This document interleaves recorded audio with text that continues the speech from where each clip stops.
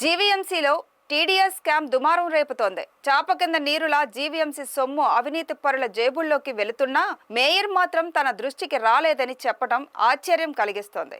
నగరంలో విలువైన భూముల నుంచి టీడీఆర్ల రూపంలో వైసీపీ నేతలు కోట్లు గుంజుకున్నా తనకు సంబంధం లేదని చెప్పడాన్ని ఏమనుకోవాలి? గడిచిన 3 ఏళ్లుగా మహావిశాఖ నగరంలో టీడీఆర్ల స్కామ్ దుమారం రేపుతున్నా దీనిపై ప్రతిపక్షాలు కౌన్సిల్లో గగ్గోలు పెట్టినా కనీస బాధ్యత లేకపోతే ప్రజాస్వామ్యానికి విలువెక్కడుంటుంది? టీడీఆర్ విషయంకి వచ్చేసరికి అది అడ్మినిస్ట్రేషన్ దీంట్లో ఉంటుంది కనుక వాళ్ళన్నీ చూసుకుంటారు. దానికి సంబంధించి మా వరకు అయితే మేము చేయవలసింది ఏమీ లేదు. ఇప్పటివరకు అయితే నా వరకు అలాంటి సమస్యలు నా వరకు రాలేదు. తప్పకుండా వచ్చినట్లయితే దానికి ఏ విధంగా పరిష్కారం చూపాలో. శతకోటి దరిద్రాలకు అనంతకోటి ఉపాయాలు అన్నట్లు తయారైంది నేడు విశాఖలో పరిస్థితి. నగర అభివృద్ధి ప్రణాళికల మాట ఎలా ఉన్నా ఇక్కడ భూములను చాపలా చుట్టి సొమ్ము చేసుకునే మోసగాళ్లకు ఇన్నాళ్ళు అడ్డాగా మారిపోయింది. దీనికి నిదర్శనమే టీడీఆర్ల పేరుతో గత ప్రభుత్వంలోని కార్పొరేషన్ ఖజానాపై ఇష్టారాజ్యంగా చేతివాటం ప్రదర్శించటం.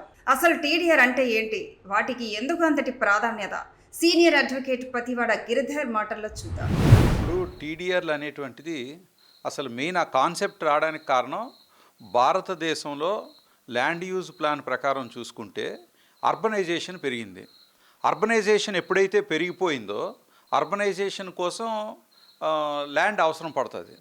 సో ఇక్కడ ఒక మేజర్ ప్రాబ్లం వస్తుంది.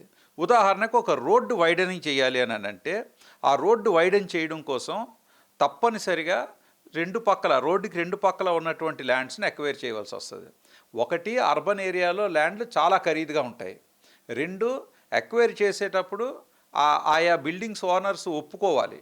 ఒప్పుకోకపోయినట్లయితే మళ్ళీ అది లిటిగేట్ అయినట్లయితే ఆ ప్రాపర్టీ విషయమయ్యి ఇంత ప్రాజెక్ట్ అంతా అయిపోతుంది. సో ఇన్ఫ్రాస్ట్రక్చర్ అనేటువంటిది డెవలప్ చేయడంలో రోడ్లు ముఖ్యం. ఈ రోడ్లతో పాటు బ్రిడ్జిలని కానీ లేకపోతే ఫ్లైఓవర్స్ అని కానీ ఇప్పుడు నేను చెప్పినట్టుగా పార్కులు అని కానీ ఇవన్నీ డెవలప్ చేయడానికి చాలా డబ్బు అవసరం పడుతుంది. సో దీనికోసమే ఈ వాల్యూ క్యాప్చర్ ఫ్రేమ్వర్క్ నెట్వర్కింగ్ అనేటువంటిది ఒక కొత్త కాన్సెప్ట్ని తయారు చేశారు. టీడీఆర్ అంటే ట్రాన్స్ఫరబుల్ డెవలప్మెంట్ రైట్స్. సో ఈ టీడీఆర్ అనేటువంటి దానికి మెయిన్ కాన్సెప్ట్ ఏంటంటే లోకల్ బాడీలు అంటే మున్సిపాలిటీ ల్యాండ్ అక్వైర్ చేసినప్పుడు ఆ ల్యాండ్కి సంబంధించి డబ్బులు ఇవ్వవసరం లేకుండా ఈ టీడీఆర్ రూపంలో వాల్యూని ఇస్తారు.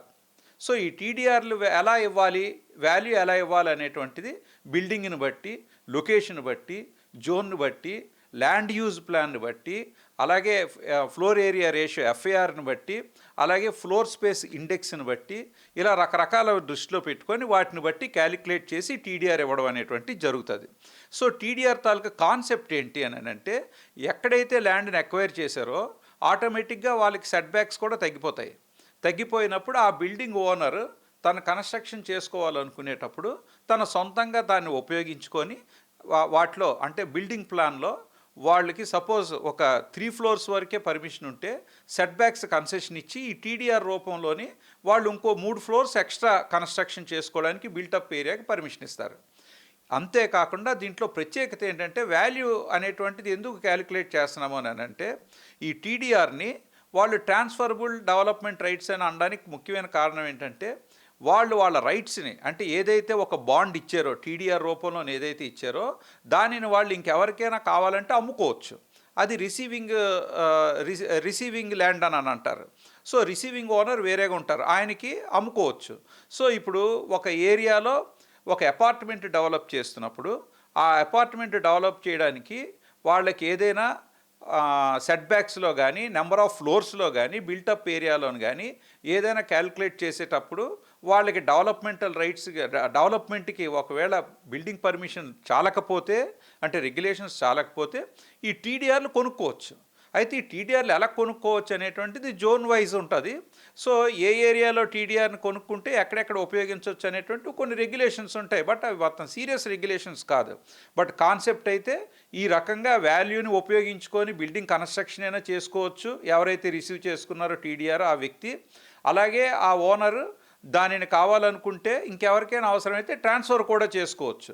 కాకపోతే మున్సిపాలిటీకి భారం ఉండదు, వాల్యూ ఇచ్చేసింది కాబట్టి అతను క్యాష్ అయినా చేసుకోవచ్చు, దానిని ఉపయోగించుకోవచ్చు. కాకపోతే మున్సిపాలిటీ దగ్గర లేకపోతే గవర్నమెంట్ దగ్గర ఇదే టీడీఆర్ ఇచ్చి మళ్ళీ డబ్బులు వెనక్కి తీసుకోవడం అనేటువంటిది అసలు మొత్తం ఇప్పుడు నేను చెప్పిన కాన్సెప్టే దెబ్బతిన్నది కదా. మున్సిపాలిటీ మీద డబ్బులు భారం పడకుండా ఉండడానికి కోసం మాత్రమే వాళ్ళు దీన్ని వాల్యూ రూపంలోనే ఒక ఫ్రేమ్వర్క్ తయారు చేసి ఒక నెట్వర్క్ పెట్టి ఒక కాన్సెప్ట్ని కనిపెట్టినప్పుడు మళ్ళీ దీన్ని తీసుకెళ్ళి మున్సిపాలిటీకి ఇచ్చేసి మున్సిపాలిటీ నుంచి డబ్బులు తీసుకొని ఆ వాల్యూకి మళ్ళీ వాళ్ళనే మరో దగ్గర చెరువు తవ్వుకోమంటే అది ఫాల్స్ అండి. అంటే ఆ కాన్సెప్ట్ అంటే యాక్చువల్గా దీని వెనకాల ఏదైతే చట్టం తయారు చేయబడిందో ఆ గైడ్ లైన్స్ని అబ్యూస్ చేయడం, అది అంటే వైలేట్ చేయడం అని అర్థం, నేరం అది. కానీ దీని అసలు లక్ష్యాన్ని పక్కన పెట్టి వైసీపీ ప్రజా ప్రతినిధులు తాము చేపట్టిన వెంచర్లపై కోట్లు విలువ చేసే టీడీఆర్లను జీవీఎంసీ నుంచి దర్జాగా కాజేశారనే ఆరోపణలున్నాయి. వీటిలో దస్పల్లా హిల్స్ భూములు, సిబిసిఎన్సి స్థలాలు, Bilal colony, Madhurawada survey number 2లో 9,000 చదరపు గజాల స్థలం, ఇలా చెప్పుకుంటూ పోతే అనేకం.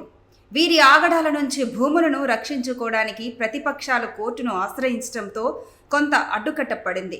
దీనికి ఉదాహరణ పెదజాలారిపేట. తాతల తండ్రుల నుంచి జీవిస్తున్న పెదజాలారిపేట మత్స్యకారులను కాదని వారి ఆధీనంలో ఉన్న 20.27 ఎకరాల భూములపై కన్నేశారు కొందరు పెద్దలు.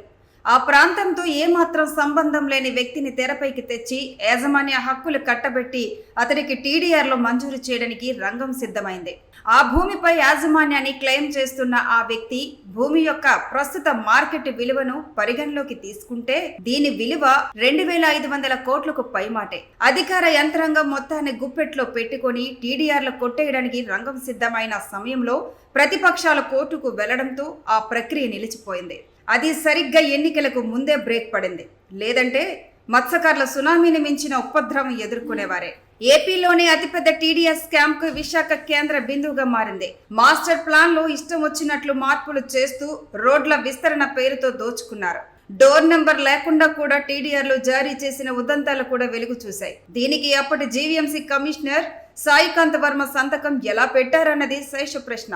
అనైతిక వ్యవహారాలను తిరస్కరించిన కారణంగానే అప్పట్లో చీఫ్ సిటీ ప్లానర్ సునీతను తప్పించారన్న టాకు నడిచింది.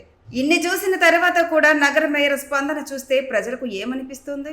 టీడీఆర్ విషయంకి వచ్చేసరికి అది అడ్మినిస్ట్రేషన్ దీంట్లో ఉంటుంది కనుక వాళ్ళన్నీ చూసుకుంటారు. దానికి సంబంధించి మా వరకు అయితే మేము చేయవలసింది ఏమీ లేదు. ఇప్పటివరకు అయితే నా వరకు అలాంటి సమస్యలు నా వరకు రాలేదు. తప్పకుండా వచ్చినట్లయితే దానికి ఏ విధంగా పరిష్కారం చూపాలో